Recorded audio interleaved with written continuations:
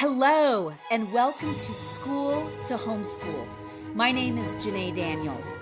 I'm a wife, a mother of 6, and a former middle school teacher turned homeschool mom.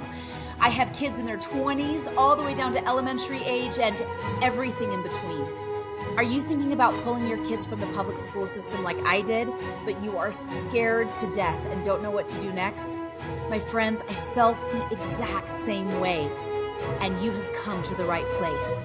I want to help your family leave the system so that you can take the hearts and minds of your children back.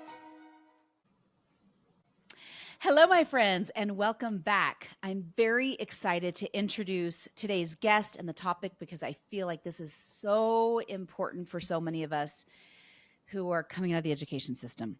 I want to introduce Dr. Irene Daria. She is a developmental psychologist specializing in teaching children how to read. She's taught reading to children of many celebrities as well as to hundreds of other children, both as a paid specialist and as a volunteer in Harlem, and has trained teachers in the science of reading. Now, before becoming a psychologist, Dr. Daria worked as a reporter at Women's Wear Daily and an editor at Harper's Bazaar, and has written hundreds of articles for publications ranging from the New York Times and Money to Parents, Mademoiselle, and Glamour. She's the author of 4 books: I Didn't Believe Him, The Fashion Cycle, Lutece, and A Woman Doctor's Guide to Miscarriage, as well as the Steps to Reading workbook series. A passionate literacy advocate, she lives with her husband in Manhattan, in New York, and is a proud mother of 2 adult sons. Dr. Daria, thank you so much for coming on. Thank you for having me. Thank you. So, my friends, one of the reasons I wanted Dr. Daria to come on is because she's releasing her book tomorrow called I Didn't Believe Him. And it's one that you're going to want to pick up. It's so good. And I think it'll resonate with many of you who have children who are reading, and it might answer some questions as to why those kids are reading, whether they're still in elementary school or in middle school or in high school, and they struggle. So let's just start with telling your story, Dr. Daria. I will tell my story, but it's very interesting. I was listening to you introduce me, and I thought, wow, that's quite the career change. And should we really mention that I was a reporter and an editor, and I've written all these other books, because it has nothing to do sort of with my current specialization and passion about reading. And then I thought, oh my God, it has everything to do with it, because if this could happen to us, it could happen to anybody. If it could happen, right, to someone who like was a professional writer. I mean, I still write. Obviously, I wrote I Didn't Believe Him, but what happened to my son and to my family, I would say probably happened to many of your listeners. I'm beyond excited to be talking with you and to your listeners. So I Didn't Believe Him uses my son's story as a window to show exactly how schools turned millions of kids into struggling readers, literally millions of children.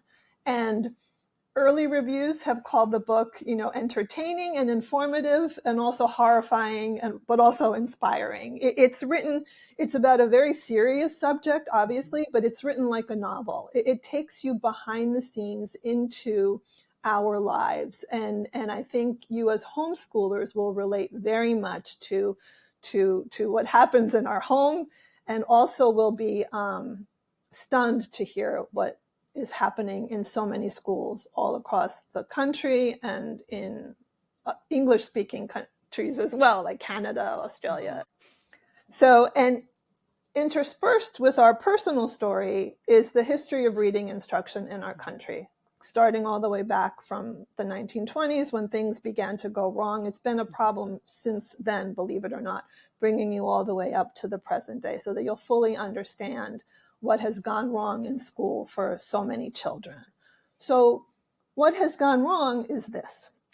Research has definitively found and proven that in order to learn how to read, the vast majority of children need to be taught phonics. And that means they need to be taught how to sound out words, because our language is an alphabetic system.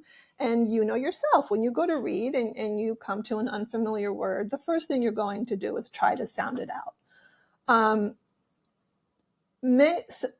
We're a big country and we're a big world, Australia. Here's a shout out to you as well, because it's a big issue in Australia as well. And some schools do a fine job, and many schools do not in terms of teaching phonics. So and phonics needs to be taught systematically, meaning you start at the beginning. You start with the simplest little words and letters like cat, hat, mat. And then you move on to more short A words, and you move on to short I words, and you move on to short U words, and you review what you've taught before, and then you progress to the next phonics rules, and so on.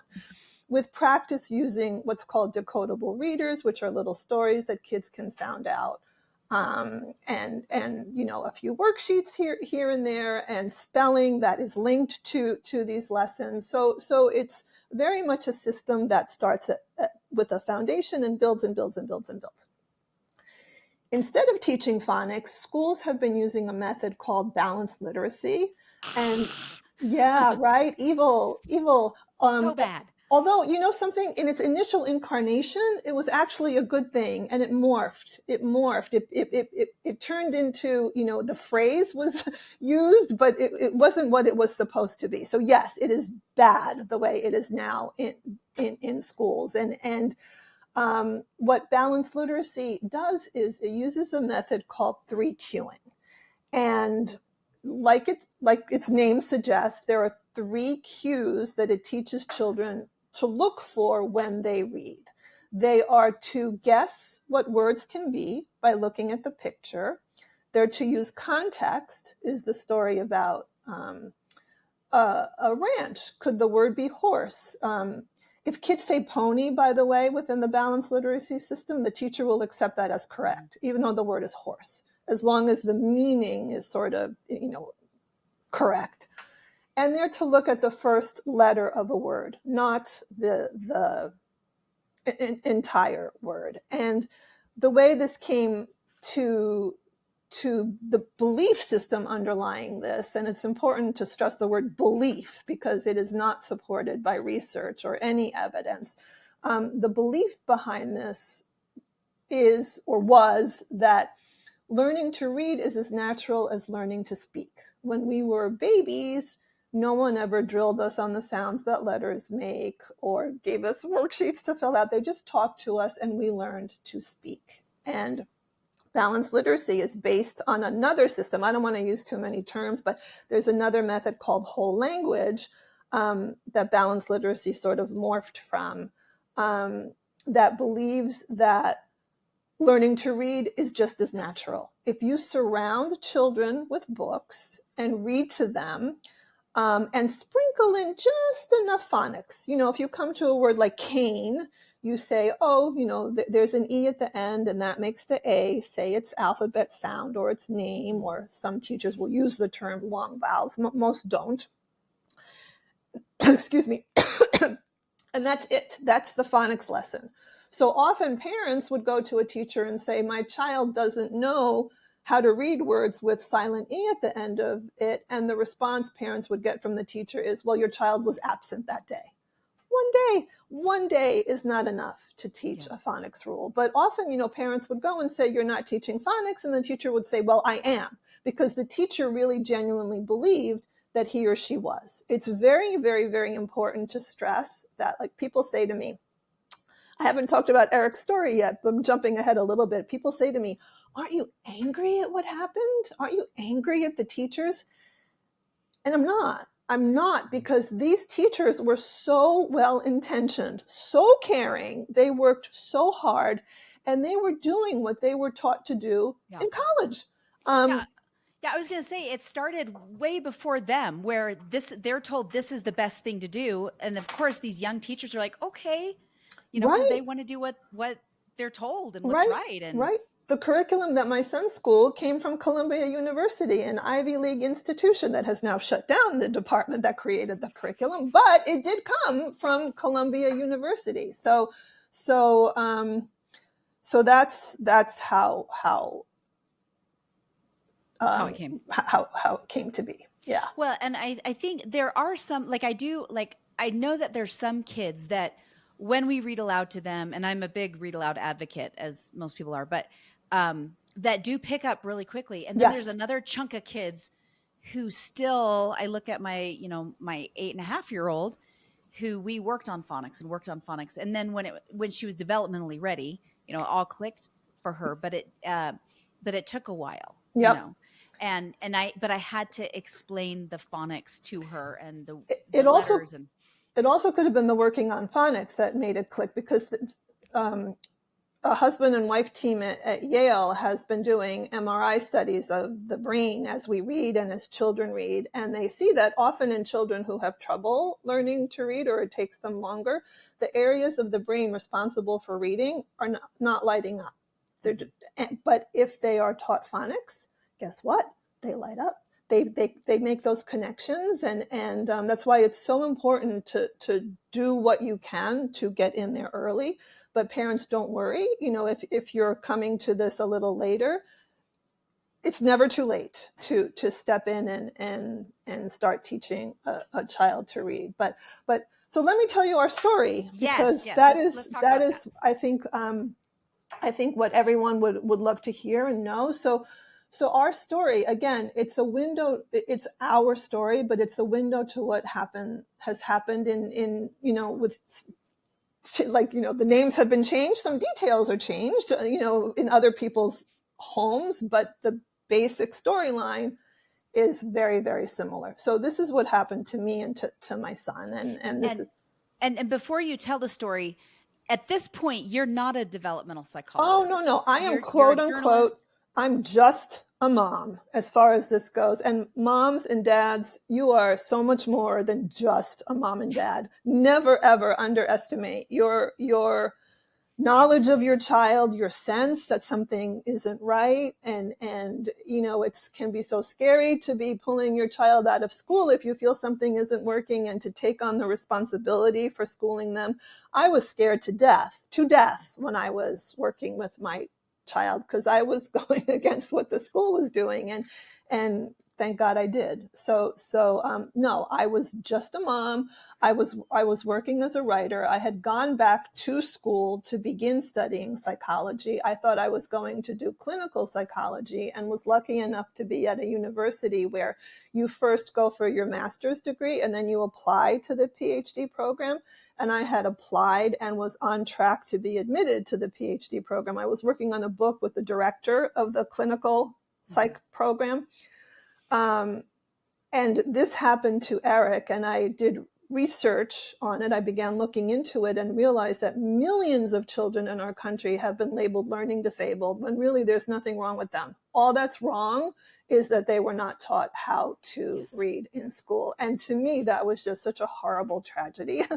And I thought, I want to know more about this. I want to research this, and I want to help this stop. And I switched to the developmental psychology track. But no, when this story is taking place, I am just a mom. I'm a writer. I love reading. I have two boys. My boys love to be read to. Our home was full of books. I was actually working as a parenting editor at the time Eric was in kindergarten, and would get all these free copies of these wonderful children's books. So we're talking stacks of books were in our home, loved being read to. Everything looked golden for him as far as learning to read goes. So kindergarten comes. Now, Eric, let me tell you about Eric. Eric was a chatty little boy. And if anything was going to happen in school when he started kindergarten, I thought he was going to get in trouble for talking too much to his neighbors all the time, right? I thought I'd be hearing from the teacher all the time, Eric doesn't stop talking, Eric's on, I'm jumping ahead. Let me back up a little bit. Okay, so kindergarten starts. I would say maybe 4 weeks, 5 weeks into kindergarten, My 5-year-old son, I have to stress, 5 years old, comes home from school and says, Mommy, my school isn't teaching me how to read. They tell us to look at the pictures and guess what the words are, Mommy. But that's not reading. How do you read? Those were his exact words. And In the mouth of babes. 5 years old, okay? Yeah. And sorry, I have to do this. I didn't believe him. There's guilt in that title, ladies and gentlemen. There's a lot of guilt in that title.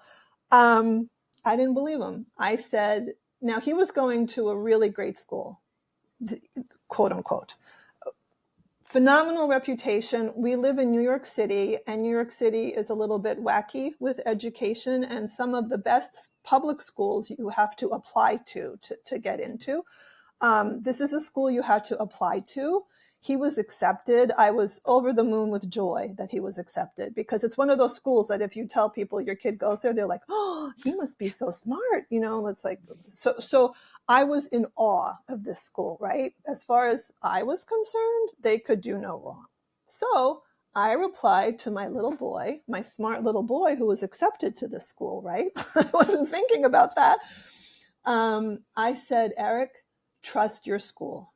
It's such a great school. They know what they're doing. They're going to teach you how to read. Now, mind you, and maybe this is an episode about trust. Maybe this is an episode about trusting yourself and your heart and your instinct. I said to him, trust your school, even though I had attended a presentation that his school gave on reading maybe a week or so before, and I had no idea what they were talking about. They said, they didn't really describe it well. They didn't describe it the way I described it to you, right? They said, we basically, it was more a presentation on what we should do with our kids. I shouldn't say it was a presentation on how they taught. It was how we should be supporting our kids at home. Mm-hmm. And they said, when your child reaches a word that he doesn't know, don't have him sound it out. They actually told us, do not do that. Yeah. Say to them, you could do that, but why would you want to when there are so many other strategies? And the teacher held up a book. Now, the books that children, if your children are bringing home these books, parents, beware. They're called pattern books. Your teacher may not use that word, but the same sentence will be repeated on each page. And then there will be a difficult word that the child can't possibly read, illustrated by a photo. So they're to use the photo to guess what the word is. So like, for example, I am an astronaut. So I am would be repeated on each page. And then they'd have to look at the picture to guess astronaut, or I am a nurse, or I am a veterinarian, right? Veterinarian, 5 years old, who could read veterinarian? But these are the kinds of books that they bring home. And the teacher held up an example of this book. She said, these are the books that will teach your children how to read. Now, books don't teach children to read. Teachers teach children how to read, right? But they believed that children teach themselves how to read by reading these books. So the teacher literally covered up the big word with a Post-it, and to encourage guessing from the picture. Made no sense to me. Now, I was a journalist, right? Trained to ask questions. I was in awe of the school. Again, I have to say, this is such a big country, and where you live determines your relationship with the school. I'm going to say power base that the school has in your life. In New York City, the principal had a tremendous power over families, because in New York City, at the time Eric was in school, this changed during COVID, but up until then, and from the time Eric was in elementary school, you applied to middle school and you applied to high school. You didn't just go to your local zoned school. You could. There is a zoned middle school for all children in Manhattan, but those schools tend not to be very strong academically. So families are applying their children to these better schools. Mm-hmm. One word from your child's elementary school principal goodbye, admission to this Yeah. school. So parents are so well behaved, Yeah. at So they do school, what they they're toe the told. line. Exactly. So two things were going on there, right? I'm in awe of the school and I'm nervous about raising my hand and saying, I have no idea what you're talking about. So I trusted them. I trusted they would teach my child to read.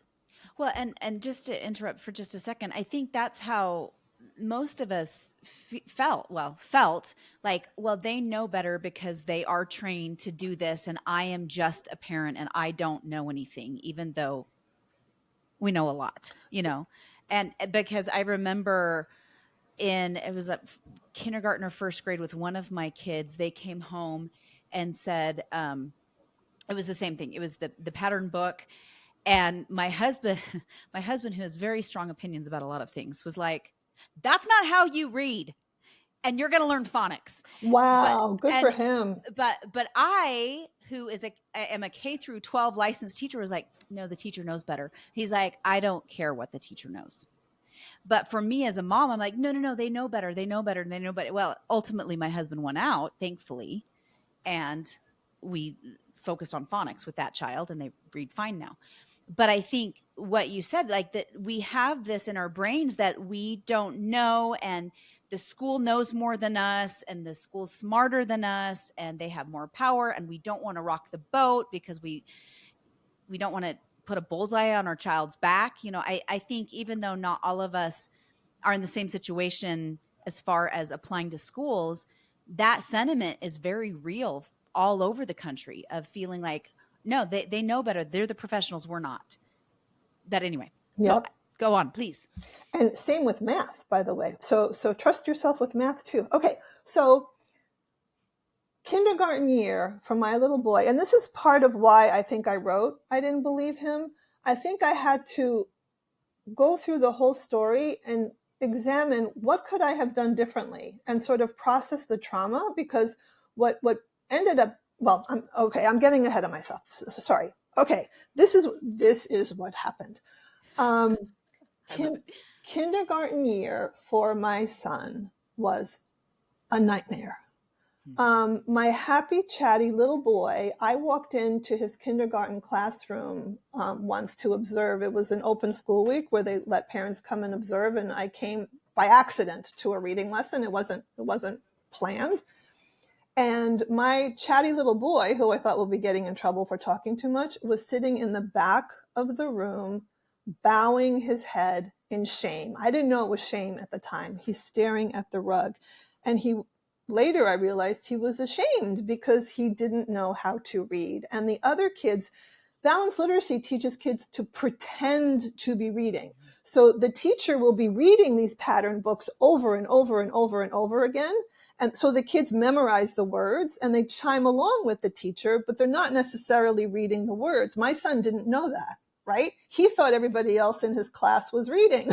and Yeah. he was the only one who had no idea. He wasn't going to toe the party line or drink the Kool-Aid. He's like, I don't know how to read and I'm not going What like, a great kid. right?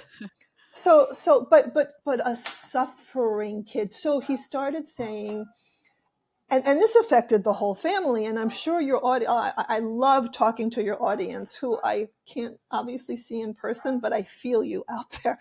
Your audience must relate to this because for various reasons, you must have experienced this with your own children. But it trickles down and affects the whole family.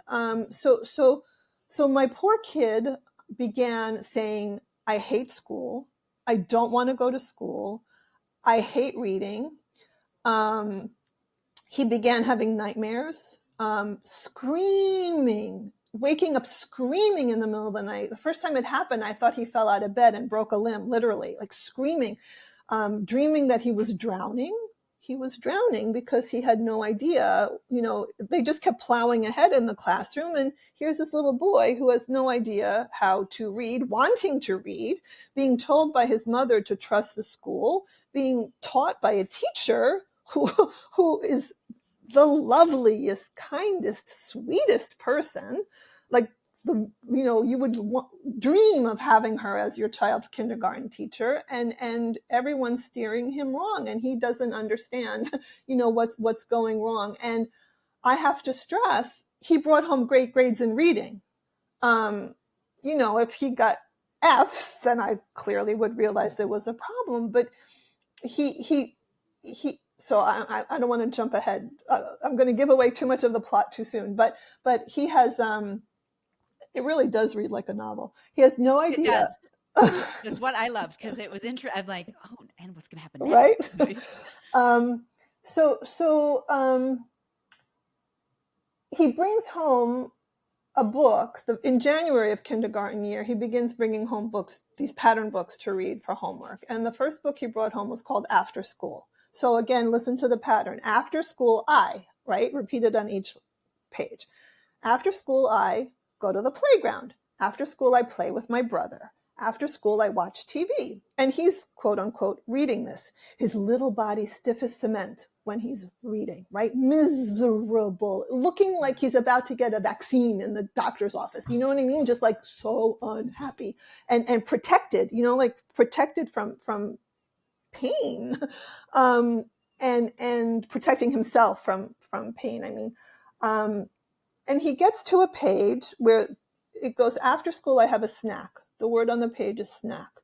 The photo is of a girl sitting on a couch holding a glass of milk, and on her lap, she's holding a plate with a sandwich on it. So Eric reads, after school, I have a glass of milk, right? He's looking at the picture like he's been taught to do, and she's holding a glass of milk. So I say, no, that's not the word. Sound out the word. He has no idea what that means. I didn't realize yet, when they said don't have them sound it out, I didn't realize they were not teaching them how to sound out. Because he was learning the sounds that the letters make in kindergarten. There was a big emphasis on learning the letters. So why in the world learn the letter sounds if you're not going to use them when you're reading, right? This is the scene. It's a scene at the beginning of the book. It was one of the last scenes that I wrote, or one of the last scenes that I reinserted into the book.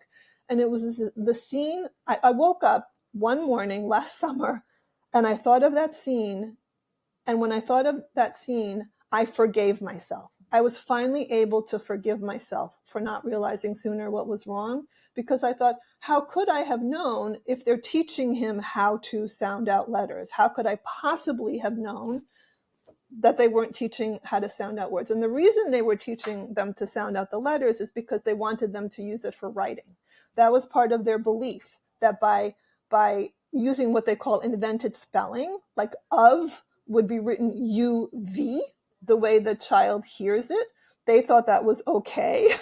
That was accepted as a spelling for of. So of course, when you see of in a book spelled correctly, you won't recognize it because you're spelling of UV. But they were using those letters for that type of writing, and ridiculous spelling, not for sounding out.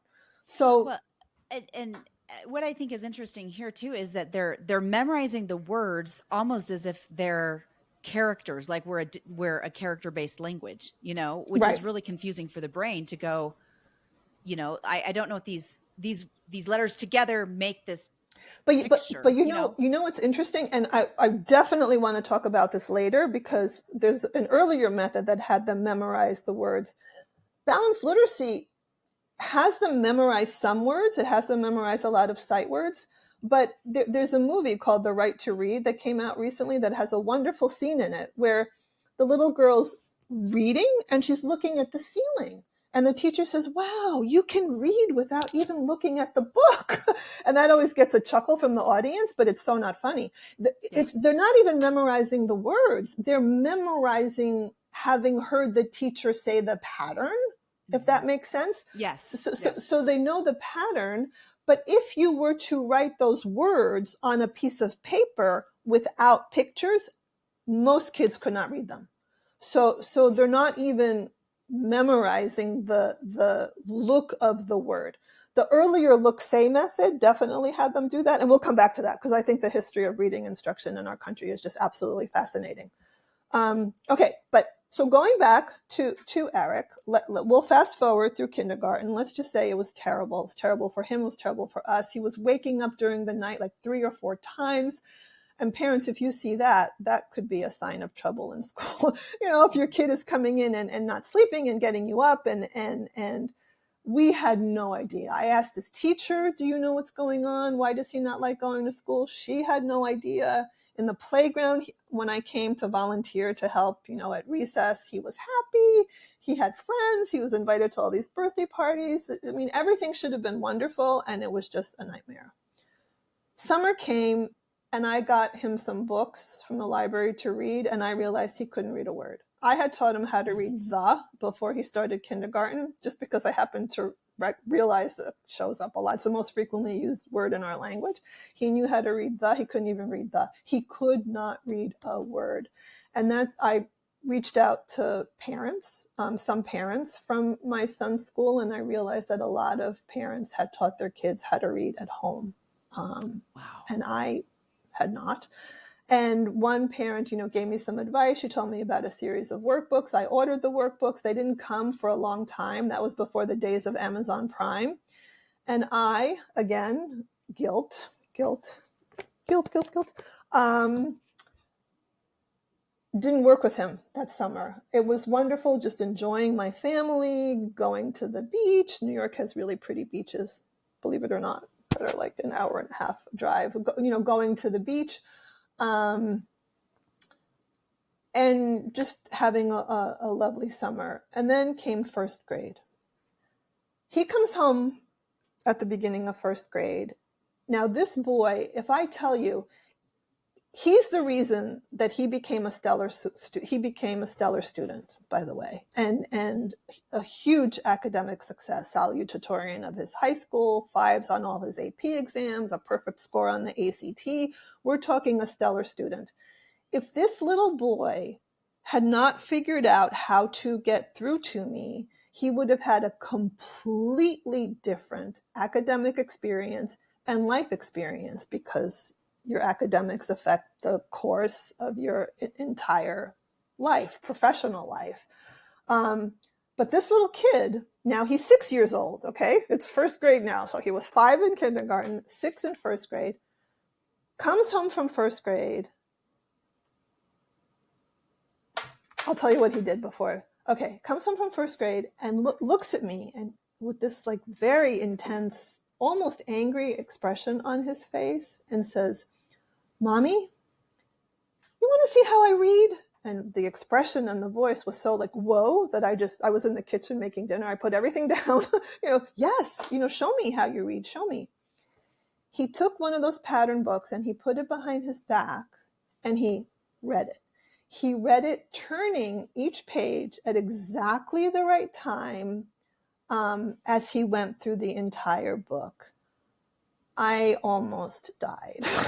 That was when I realized that my kid had memorized every book that his teacher ever read him, that he was given to bring home. Not that I later realized he picked which books he brought home. It wasn't even assigned by the teacher.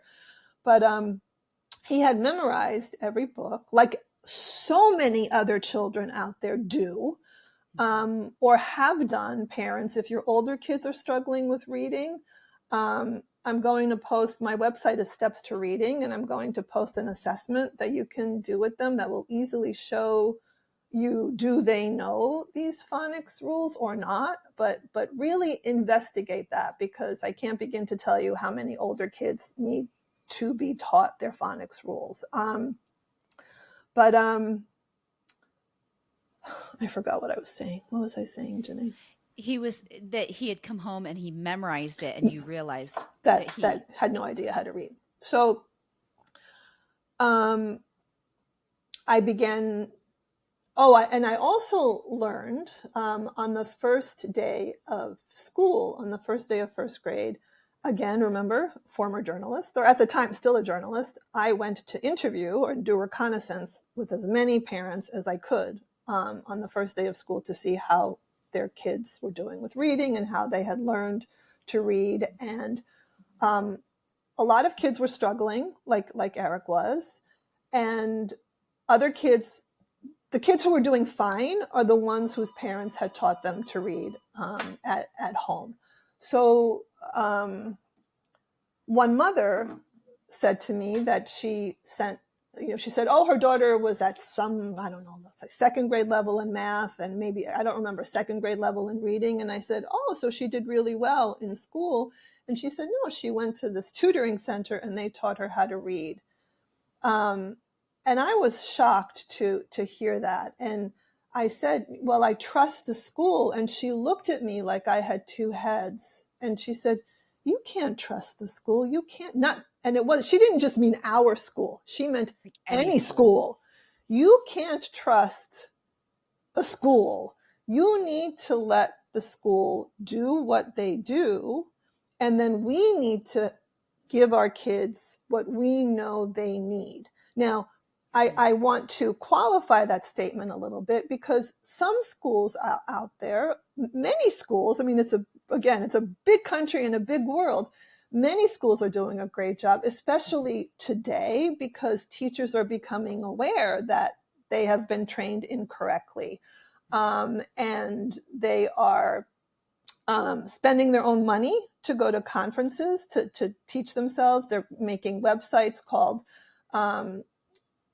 What I Should Have Learned in College, The Science of Reading, What I Should Have Learned in College is a big Facebook group for teachers.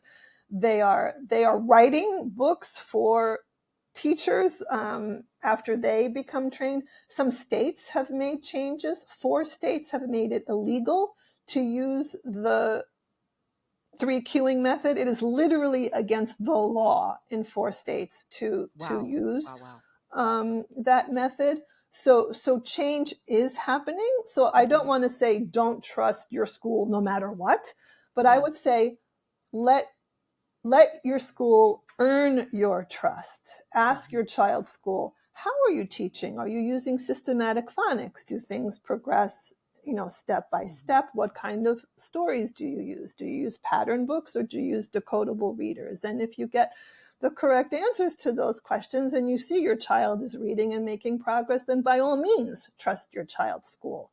But well, and I even think it varies from teacher to teacher, because as I mentioned, like, this one teacher was teaching about the balanced approach, but yet my younger children had a teacher that was teaching the letter people and heavy phonics. And I mentioned her a few podcasts ago. And she was phenomenal and heavy on the phonics. And my kids came out great readers. But another teacher at the same school taught something different. Yeah. Which is interesting. Yeah. So.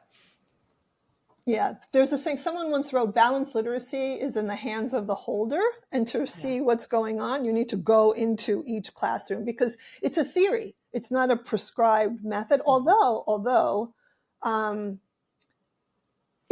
interesting, because I would love to know what curriculum your children's school use. If a curriculum is in place, often the teachers are told they must follow that curriculum, because I later found out my son's kindergarten teacher followed this Lucy Calkins Units of Study curriculum from Columbia University. That's what she taught in the classroom, but she was tutoring children after school in phonics. So she was just doing what the school told her to do. She was doing what the school told her to do. And so often there have been teachers who have been fired or quit because their school did not they heard that they were teaching phonics. Whereas there's a school that I volunteer at in Harlem. The teachers have more freedom and flexibility, and exactly what you're describing. Most of the teachers are using balanced literacy, but there is one teacher who is doing a bang-up job with phonics, and those kids are reading. So yeah, it can, again, depends on the school and the situation. Well, and even look at that teacher that was so great, and she retired 2 years ago, and she's like, I'm done and I'm retired. And and now these younger teachers are coming in just bright-eyed and bushy-tailed and doing what they're told, so it's interesting. Well, so at this point, he's you realize he's memorized the book, right? And at that point, is that when the light bulb went on for you? That's when the light bulb went on for me. That's when I that day or the next day began teaching him how to read. I began working with him. It was so difficult to break those habits. we were working in a workbook, and let's say the word was hat, right? But if there was a picture of, and then he had to pick which of three pictures went with that word hat. Mm-hmm. If there was a picture of a sun directly next to the word, he would say sun, because he would be looking at the picture of the sun, right? Yeah, because that's what he was taught to do. Right. He wouldn't be reading the word hat. And it was next to impossible. And finally, I just covered the pictures. I said, read these words. So this is something else that I'm going to jump to. To teach a child to read, if you do it correctly from the beginning, it is so easy. You may read things online. Oh, teaching a child to read is so difficult and you need to leave it to a specialist. Baloney. It is so simple. It is so easy to do. And to help parents with this is a series of books that I wrote called Steps to Reading. Janae, you mentioned them earlier in the introduction. Yes. And there is a video, again, on my website, which is called Steps to Reading. If you scroll down the homepage, there's a video that says how to teach a child to read. It walks you through the whole process. It tells you exactly what to do. And you will be amazed at how simple it is, how easy. These books, what makes them different than other workbooks that are out there, and actually they were just picked up by a huge homeschooling distributor called Rainbow Resources. So I'm so excited. Congratulations. Thank you. I had spoken at, it's called CHAP, the Christian Homeschool Association of Pennsylvania had a conference in June, and I spoke there, and I spoke on how to teach a child to read, and parents came and they a lot of them bought these workbooks, and I was really surprised because this was my first exposure to homeschooling families. Mm-hmm. And I thought homeschooling families had it all together, right? Like, they're homeschooling, so there must be curriculum for them to follow that lays things out and goes step by step. And I was surprised at how many had no idea how to teach a child to read. And they were mentioning various resources that they knew, and there were, I mean, I don't want to say anything bad about anybody, but there was much to my surprise, there was a lot of confusion. So this was met with great open arms and relief, because it teaches you, you don't need a teacher's manual. All the instructions are on each page. It tells you exactly what to say and do with the child. And you work through each phonics rule. There are 4 books in the series. You work through each phonics rule systematically. It also tells you which sight word to introduce when. Sight words are words that do not follow phonics rules or appear often. Kids don't have to memorize as many sight words as maybe teachers think they do, but they do need the most important ones. And it has games in it, bingo games, board games, computer games. It tells you, what you can play on the computer, and it tells you exactly which little phonics stories they can read to practice each skill as they learn it. So literally everything that you need is between these 2 covers. And I so wish I had more time to I use this now. I own a K through 12 tutoring company in New York, and we use these books here, and some schools in New York use it, but I haven't done. The convention was the first thing I ever did to market the book or let people have people become aware of it, and I was just thrilled with the reaction and the reception. So if anybody needs help, that help is there in the books. But and I'll put links to those in the show notes as well as to your website so that people can access those easily and find them. That'll be wonderful. Thank you. So when you brought up that parent, that anxiety, parents going, I can't learn to read, and yet this is the New England Primer of 1777, which is how most parents taught their children how to read. It began with parents, right? Right. Parents were the first teachers. It was always parents, right? So unless a family could afford to send their child to a common school, Mm-hmm. So let's talk at that point. So in first grade, that's when he started to read. How did that shift for him? Like what changed for him and what changed for you? So the trajectory of the book and what makes it read like a novel is two things are going on. And this is what happens. This is the part that is universal. I see this in my tutoring company. I hear it from so many families. I watched, Lucy Calkins is the woman who developed this curriculum, and I watched, she gave a series of webinars to teachers, and I joined in to listen, and I saw teachers having the same issue with their students. So this is what happens. Eric is working with me at home, right? And he's learning phonics, and he's making great progress. He systematically, slowly but surely, is moving from short A words, short I words, short U words, short E words. Then he moves on to blends. Those are words like stop or clap that have two consonants at the beginning. Then he moves on to digraphs. Those are words like CH and SH. Then he moves on to long vowels. Now, there are all sorts of funny scenes in the book as I'm trying to figure out how to teach him this, because my books did not exist. I wrote these books so that people wouldn't have to go through what I went through. I'm spending every waking moment researching how to teach a child to read, dreaming about phonics rules, seeing phonics rules everywhere on street signs, in the grocery store, just completely consumed with it. And let me explain why. So he's making great progress at home, right? So you think, okay, everything's great. No.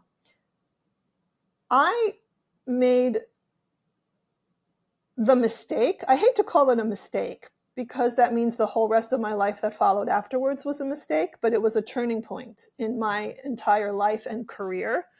If I had to do it all over again, I would not have done it. I would have just silently taught my child how to read at home, and I wouldn't have gone to the school. I suppose I am glad I went to the school, because I did go to the school, they were aware, and they changed how they taught reading the following year because of what happened with Eric. So I suppose I am glad. I mean, here I am doing this, but it caused such tremendous pain for me, pain that I shielded Eric from, because what happened is this. He's making great progress with me at home, right? But it's consuming my entire life. Day and night, I'm figuring out how to teach him to read. And in between, I'm being a mother, a wife, trying to get all three food groups on my kid's plate at the same time, at dinner, laundry, going to grad school. I was going part-time, but going to grad school, I didn't have a second to breathe. But he's making great progress. But I think something's wrong here. He's going to school. This is school. This is me. This is school. He's going to school. School should be teaching him how to read, not me. So I go to his teacher and I say that in a very polite way. Eric memorized all the books that he's been bringing home. He's really not reading. Can you work with him on reading? And I'm jumping a lot of scenes, jumping a lot of stuff, but to make a very long story short, he was referred to the reading specialist at the school, who said she would work with him. I was told she would come into the classroom to work with him, and I was thrilled. Someone at school is going to teach him to read. She's a big believer in phonics, the reading specialist. She knew the curriculum didn't work. That sounded great to me, right? She met with him two times. And I get a phone call from her saying, we want to evaluate Eric. Hello? Them wanting to evaluate Eric means they think something is wrong with him, right? Mm-hmm. And I said, there's nothing wrong with Eric. He's learning to read beautifully. There's something wrong with the curriculum. Yeah. The problem is not him. The problem is the system. Right. Yeah. But so many children have been blamed for this. Mm-hmm. So I said, no way. And then she says, well, let's put him into the pipeline. It'll take a while for things to be approved. And if everything's fine, you don't have to sign the papers. But if I don't put him into the pipeline, I can only work with him for 6 weeks. And 6 weeks is not enough time. He needs... Which for really quick, I think it's interesting going back. if things are going great in the classroom, it's always the teacher and the school is doing great, not the student. But if things are going bad, it's the child's fault Exactly. that they can't figure Inevitably. it out. Yeah. Inevitably. Anyway, so go on with the pipeline. Sorry, I just had to say that because frost my cookie. Anyway.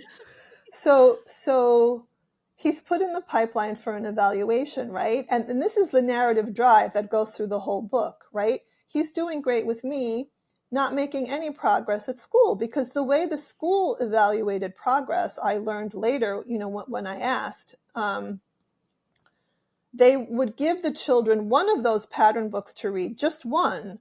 And if he was able to read all the words in the story, which means if he was able to guess all the big words from the picture correctly, now remember snack, right? Glass of milk, sandwich. If they were able to do that, they progressed to the next reading level. Well, Eric must not have been a good guesser because he was not progressing. He wasn't making progress in school, right? So they're seeing a problem, even though I'm going to them and I'm saying, there's one wonderful scene which just is so heartwarming, where Eric reads a Dick and Jane book, and he reads the whole thing. I was giving him Tic Tacs as a reward, and he reads the whole thing, and he's so excited, and he says to me, "Wait here, Mommy." And he leaves the room, and he comes back, and he has his baby blanket. Now, you have to remember what a little kid we're talking about. He has this baby blanket tied around his shoulder, and he's holding a Bob book, which is a decodable little reader that kids can sound out. It's the very first series of books that he learned to read when he was learning. He's holding that Bob book up like a shield of armor. So he's like a superhero, right? With his blanket and his Bob book, and he's super reader. And he's so proud of himself. And his school doesn't believe me, really. He was able to finally read Little Bear. That's when I realized, wow, this kid can really read. And I don't want to give away too much of the story, because I think it's a book really worth reading for the sake of its plot and it's novel. A great book, yeah. But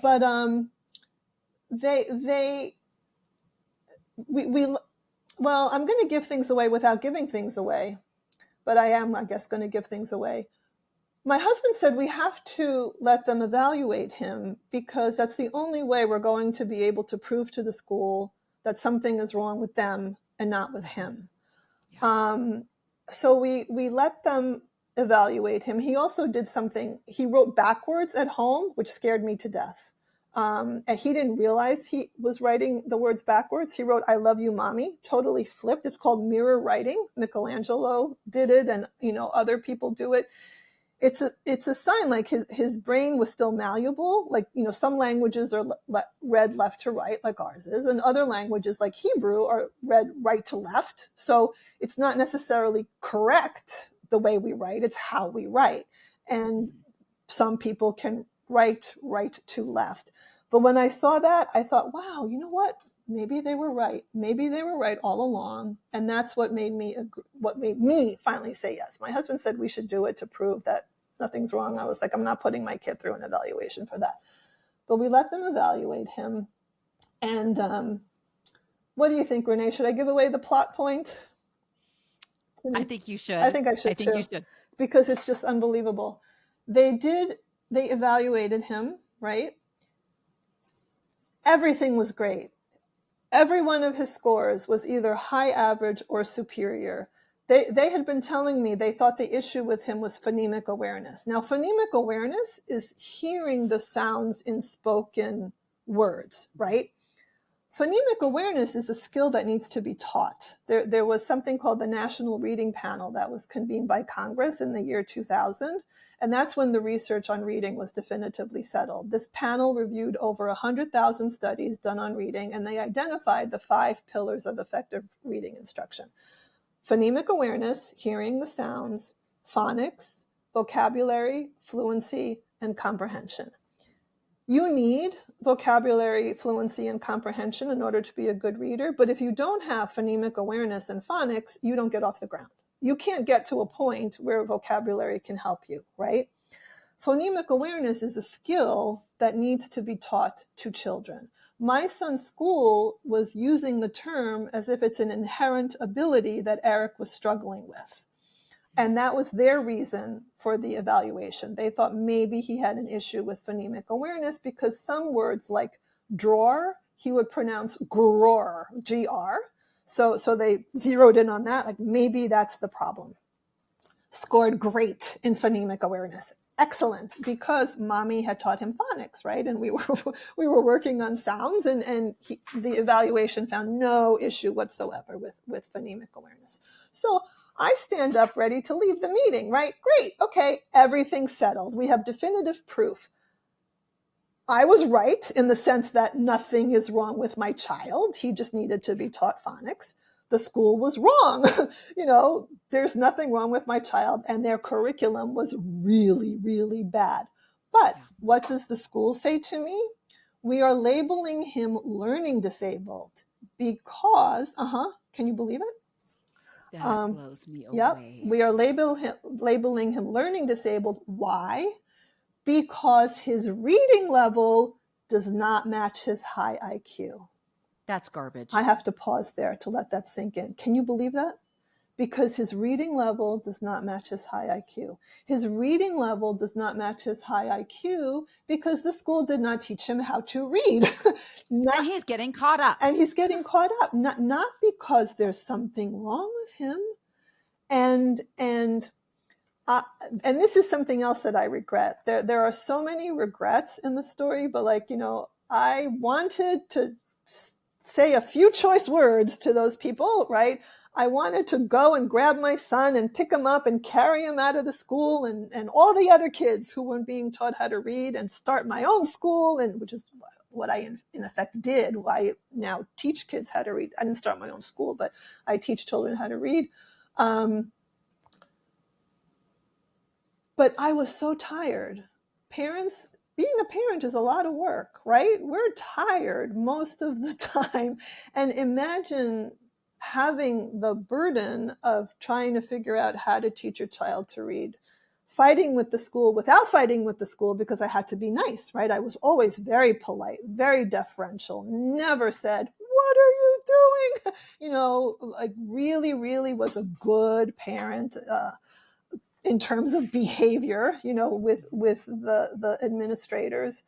But I hate to admit that I did this, and I did it out of weakness and really selfishness, I have to admit now. They said to me, well, he needs to work on writing, which he did. I mean, his spelling was atrocious.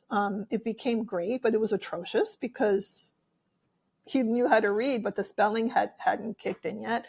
Because we learn one step at a time. Exactly. And I thought, okay, now they realize nothing's wrong with him. Maybe they'll do a better job with working with him on writing. And how wonderful if I could just be his mom and not have to teach him how to write and how to spell. I was assigning him spelling words throughout first grade.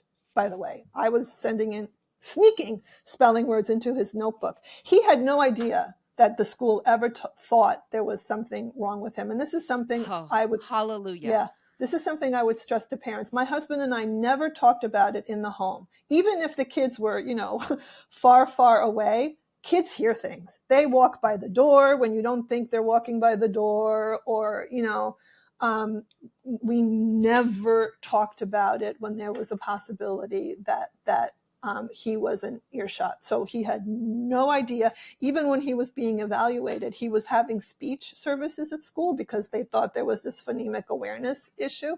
And the way I explained the evaluation to him was, it's like a checkup.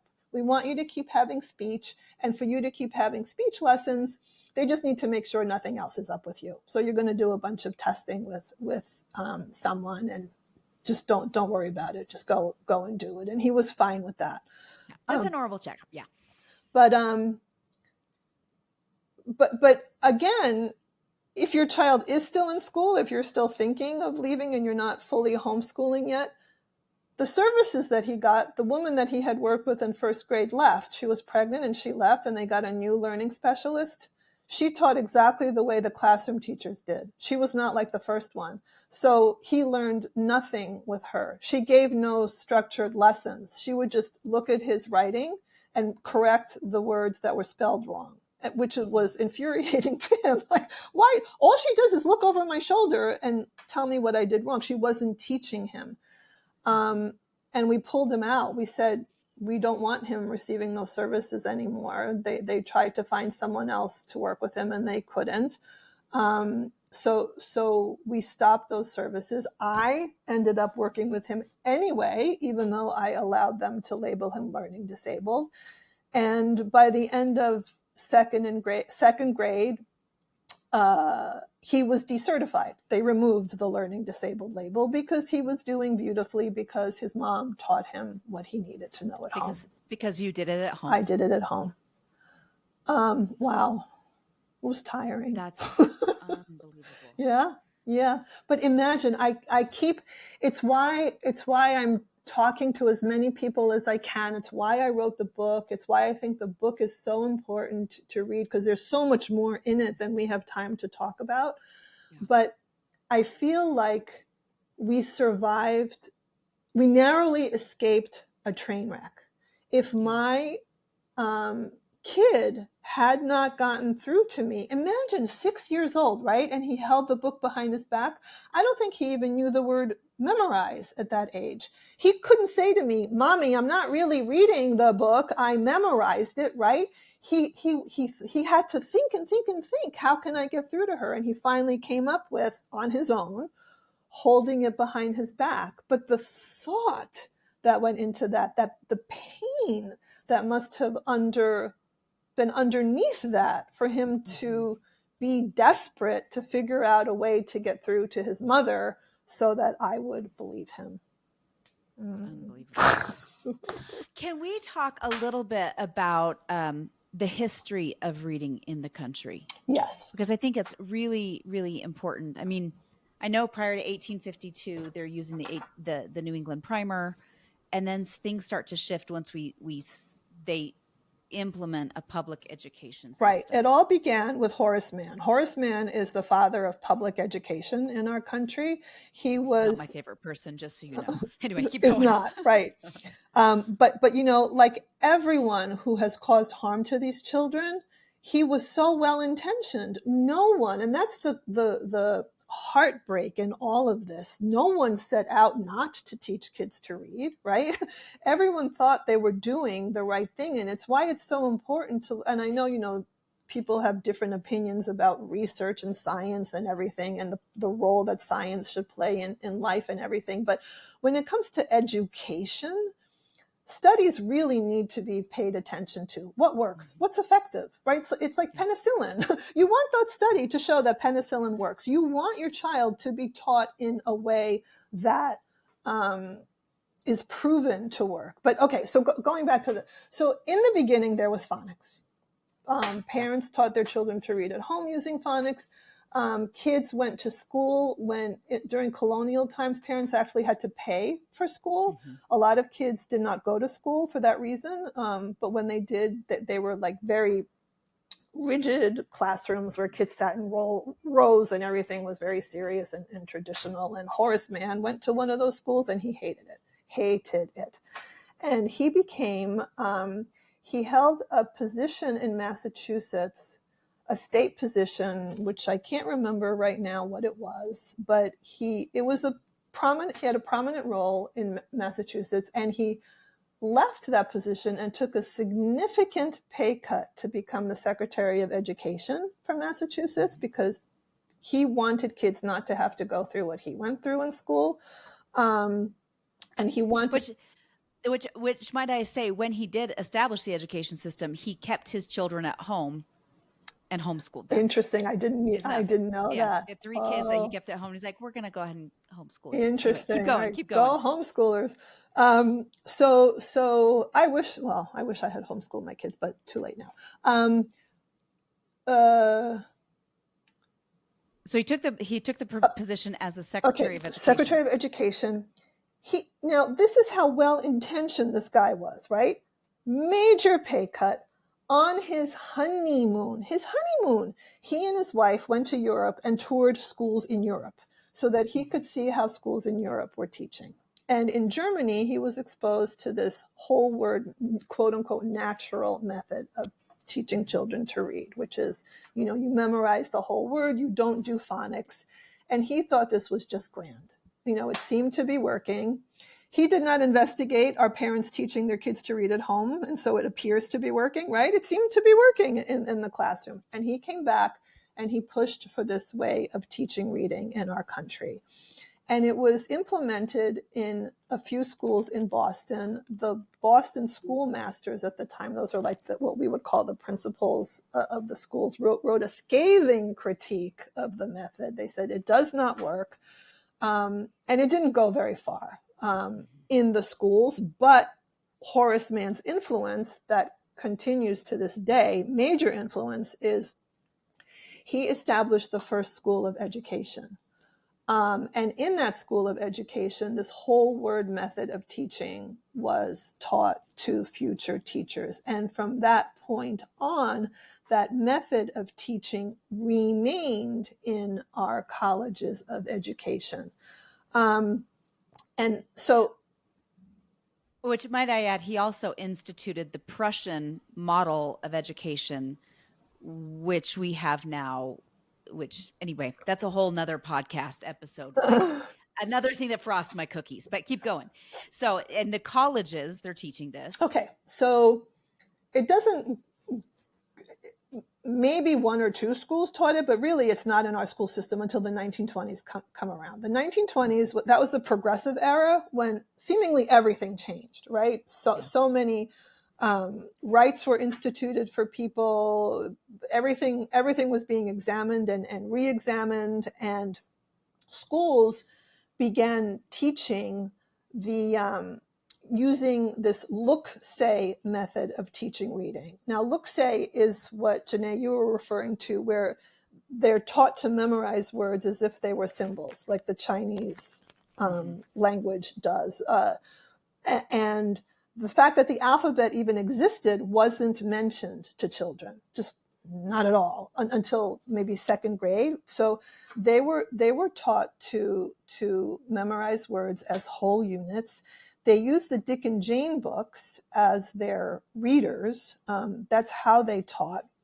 But a huge problem with this was the kids could read only the words that were in the Dick and Jane readers, right? So like, oh, Sally, see Jane. Oh, go, go, go. Look, Sally, right? How often do you need to read the word Sally or oh or look or Dick? They're not common words. Right. And that's how this whole Dolch sight word list came to be. A professor named Edward Dolch realized there was a big problem with this curriculum, that kids knew only the words that they were learning in their classrooms. And you have to read the book, because I can't tell you, you don't have to do anything, but I'm just saying, if you want to know this, it's in the book. They were taught to use the word skate by pretending to skate in the classroom, or they did a waltz to move, like they wasted so much time bringing quote unquote meaning to these words so that they would remember what skate looked like, or like, is it that it's a long word, but they did all these activities. They pretended to be walking in shoes that were too big for them, like the character did in the story, also that they could better memorize the entire word. It was just loony bins, just totally loony bins, how they taught. And that's detailed in great detail in chapter 21, my favorite chapter. Not my favorite chapter, but very, very important chapter. Okay, so this guy Dolch realizes they can't read important words, and he comes up with the list of sight words. And those are the most frequently used words, the 220 most frequently used words in our language. The problem for those of you who may be working on reading with your kids at home is the Dolch list often appears in alphabetical order. So kids are learning words like pretty and brown before they learn the word the. Pretty and brown. I mean, he wrote this list in the 1930s, right? Maybe those were common words then. They're not that common today. So be careful. That's again why the steps to reading books are helpful, because you get the words in the order of frequency of use. Okay, so he came up with this list, and kids were taught in this way in school. And there is a man, Orton Gillingham is the gold standard for teaching children how to read today, especially dyslexic children. Samuel Orton, he was a physician who in the late 1920s was working with a lot of kids in schools, I think in Idaho or Iowa, I'm not sure which state he lived in. And he was the very, very first one to realize that and he wrote an article about it called, I'm not sure this is the exact title, but this is basically the idea: the sight word method of teaching reading as a source of disability. He realized that this method was causing children to become dyslexic, was causing children to not be able to read. And he published it in a well-respected journal, completely ignored. They completely ignored him, the educational establishment, and went on doing what they did until And to still do, by the way. Still do, but in a different way, because things shifted, but didn't get better. So yeah. They yeah. just ignore, though. Yeah, keep going. So then in the 1950s, this book, Why Johnny Can't Read, came out by Rudolf Fleisch. Now, people don't realize Fleisch had a PhD from Teachers College at Columbia. He was a smart cookie, and he was writing for Reader's Digest at the time. And he wrote this book, Why Johnny Can't Read, and he was the first one to publicly come out and say that what schools were doing was just absolutely ridiculous, and that the schools were blaming parents. The schools would say that the children can't read because there's a problem at home, or the child has bad tonsils. I'm not kidding. Or something else was happening, or the parent was too, anxious, and professors were writing pamphlets and books about how teachers should handle parents who were coming into the classroom asking for phonics, that they should dismiss them. And if a child was having trouble to read, something was wrong in the home, not in the school. And Why Johnny Can't Read just totally blew that out of the water. It had a major influence. And so the name of that method was Look-Say. Right when Look-Say started seemingly leaving the classroom, this professor named Kenneth Goodman published an article. This is in 1967, I believe that's the correct year, where he had observed children struggling their way through reading passages. He watched kids who were not good readers, by the way, none of them, and he watched how they read. And he saw that, guess what they did? They, struggling readers, dyslexic children, guessed what the words were by looking at the pictures, used context clues, sound familiar, to figure out what a word is. Good old Lucy Calkins. Looked at the first letter of the word and not at the entire word. And this guy, believe it or not, this man with a PhD who was a professor decided that this is how children learn to read. This is what we need to teach children to do.